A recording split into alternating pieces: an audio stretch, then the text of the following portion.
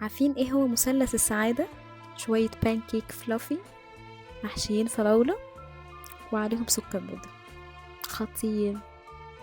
جبت بيضتين، فصلت الصفار عن البياض، حطيت 3 معالق سكر ونص كوباية زيت وباكيت فانيليا، هقلبهم كويس لحد ما السكر يختفي. حط كوباية دقيق، وزي ما اتفقنا في كل وصفة ان الدقيق لازم يتنقع. هحط عليه معلقة صغيرة بيكنج باودر وكوباية الا ربع لبن، معاكي من كوباية الا ربع الكوباية، وقلبهم لحد ما كل الخليط يدخل كده في بعض.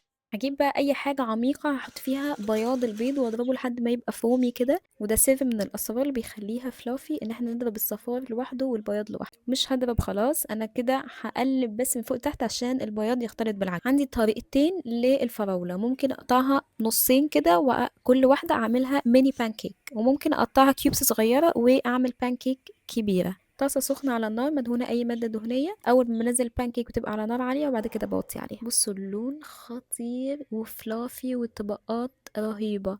حطيت عليها سكر بودرة وفراولة تاني، ممكن تحطوا شوكليت كوندنس ميلك، وبالهنا.